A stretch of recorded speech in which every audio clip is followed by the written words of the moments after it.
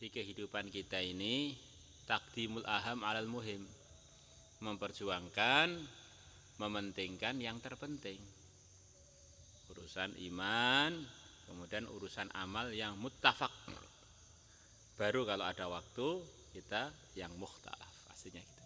Di omongannya arahnya begitu, itu hidup itu. Akhirnya kita ini jadi asbab persatuan di mana-mana.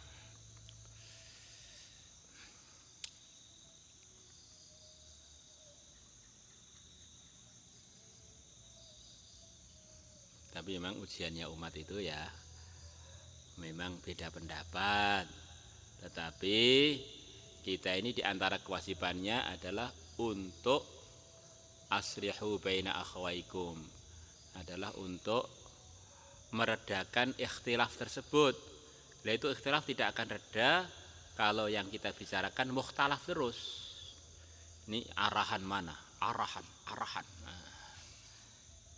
Dan ini pergerakan-pergerakan dalam Islam itu maksudnya kan untuk menguatkan ukhuwah. Dan semua pergerakan memang dididik untuk orang itu asabiyah atau fanatik dengan pergerakannya biar bisa jalan. Tetapi harus paham targhib kefanatikan tersebut sebetulnya bukan bagian dari yang mesti kita selalu dengar. Selama tidak mengganggu ukhuwah Islamiyah mungkin bisalah biar pergerakan itu maju. Tapi kalau sudah mengganggu ukhuwah itu sebetulnya itu harus ditinggalkan arahan yang memanaskan antar orang Islam itu. Hasilnya begitu itu. Masa dengan sebab perkara istihadi, pergerakan kan perkara istihadi, pesantren perkara istihadi, masa dengan sebab perkara istihadi kita meninggalkan perkara yang mujma', yaitu orang Islam dengan orang Islam itu ikhwah, saudara, yaitu orang Islam dan orang Islam itu supaya kerjasama, wa ta'awanu 'alal birri wat taqwa.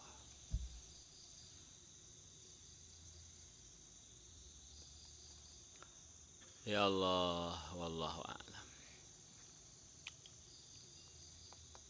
Kadang-kadang orang itu kalau kurang merenung tuh membedakan antara mukhtalaf dan muttafaq tuh campur aduk.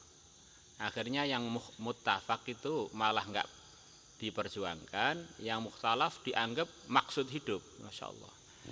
Yang mukhtalaf dianggap sebagai yang terpokok. Sebagian orang ikut pergerakan Islam di mana-mana kan, kadang-kadang diuji dengan kefanatikan golongan sampai lupa bahwa golongan itu adalah dibentuk untuk menguatkan Islam, bukan untuk menguatkan golongan.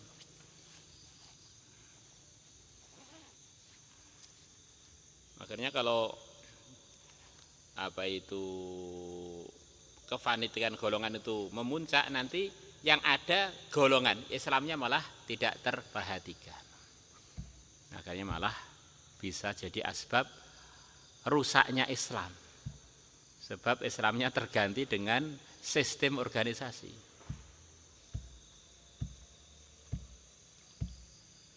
Wallah. Saking kuatnya itu kadang-kadang orang itu nggak terasa kalau nggak ikut grup dia, walaupun ayahnya, ibunya belum dapat hidayah.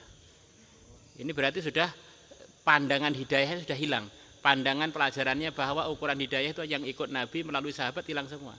Gara-gara keorganisasian yang telah dia fanatik di organisasi itu.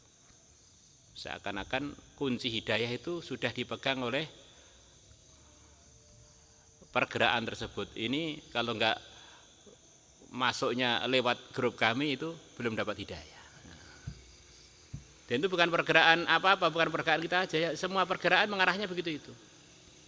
Ada sebagian tarekat yang ngeri banget. Siapa yang ikut tarekat kami ini begitu masuk, dia sudah sampai derajat melebihi semua tarekat yang ada. Tapi kok dari tarekat kami keluar, dijamin su'ul khotimah, kekal abadi neraka. Ini target-targetnya gitu itu. Banyak itu pergerakan-pergerakan yang asalnya itu untuk ta'lim, untuk tarbiyah, karena terus-terusan ada penekanan totalitas. Kalau dalam bahasa Arabnya istikhlas, istilah totalitas. Semua fokusnya tenaga, harta dan waktu untuk perjuangan itu, sampai akhirnya dia ini lupa bahwa perjuangan itu adalah induknya adalah Islam. Akhirnya anak jadi induk, mumet orang akhirnya. Fara' jadi asal. Asal kan iman itu kan istilahnya. Kalau dalam pergerakan kita 6 sifat itu yang asal adalah umpamanya sifat pertama, yang lainnya itu adalah di bawahnya. Terus yang nomor 6 adalah untuk memperjuangkannya, mestinya begitu itu. Sifat pertamanya sama, keduanya sama, ketiganya sama, keempatnya sama, kelima sama. Begitu markasnya beda langsung sesat-sesatan. Ini termasuk kelucuan di dalam segi keilmuan. Masa tempat itu bisa menyebabkan surga neraka itu yang ajib. Padahal tempatnya sama-sama masjidnya. Yang dibicarakan sama 5 yang selain 6 itu. Sampai 6 pun yang disebutkan sama, tinggal nanti natanya rombongan dari mana. Bisa sesat-sesatan gara-gara itu. Maka ini secara keilmuan belas gak bermutu belas aslinya. Bisa dipahami ya? Coba kamu renungi, gak bermutu belas. Kamu tuh kalau sholat di sini sah, tapi kalau sholat di Pohtelu sana bid'ah. Kira-kira gimana? Lucu banget kan ya, masya Allah. Ya begitulah namanya ujian tuh. Karena kadang-kadang otak itu nggak sampai, ternyata otak itu terbawa oleh takdirnya masing-masing gitu.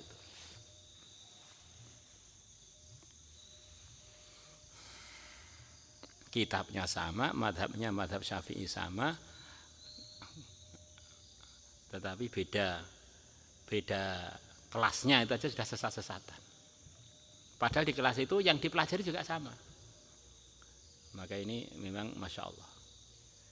Jadi totalitas itu bisa menyebabkan orang itu jadi gelap mata. Jadi totalitas itu fokus. Akhirnya dia kalau melihat orang yang enggak mengikuti arahan dia, dianggap enggak ikuti arahan agama. Akhirnya. Padahal enggak ikuti arahan dia.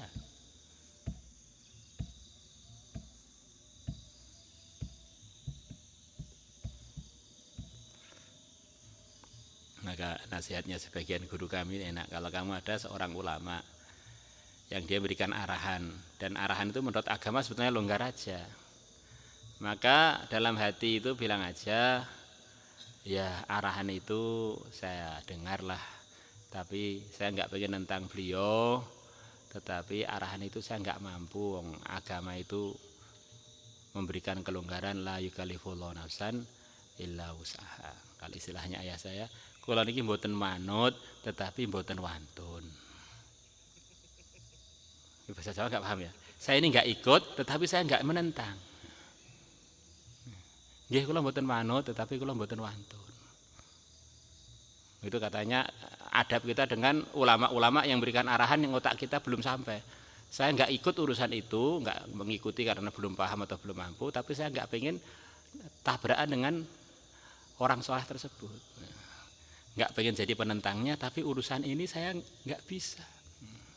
Makanya ada seorang soleh memberikan arahan pada kamu pokoknya beristri harus dengan itu ya, padahal kamu tahu kalau kamu kawin dengan itu sarung kamu itu goyang aja enggak. Nah, nanti akhirnya terjadi keluarga yang berantakan, terjadi mertua yang tersinggung, istri yang tersiksa, kamu sendiri juga tersiksa. Akhirnya kamu cari yang lain. Oh, diwarai arahan enggak anu? Nggih kula klentu. Tapi nek wantun jenengan mboten. Kalau berani enggak, tapi kalau dengan itu ya nanti saya sendiri nanggung risikonya enggak kuat ini. Wong nikah itu untuk itu walau itu-itunya enggak wujud semua gimana? Ini contohnya gitu.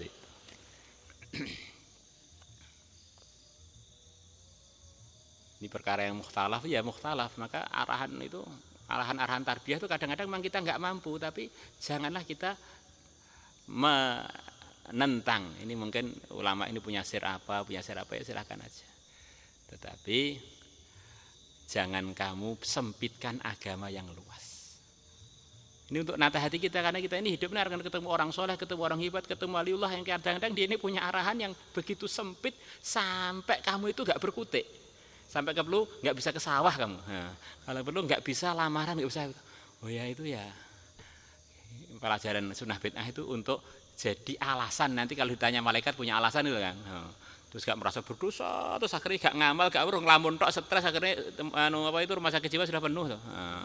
Kan di kehidupan kita ini taqdimul aham alal muhim, memperjuangkan, mementingkan yang terpenting, urusan iman, kemudian urusan amal yang muttafaq, baru kalau ada waktu kita yang mukhtalaf. Aslinya gitu. Omongannya arahnya begitu, itu hidup itu. Akhirnya kita ini jadi asbab persatuan di mana-mana.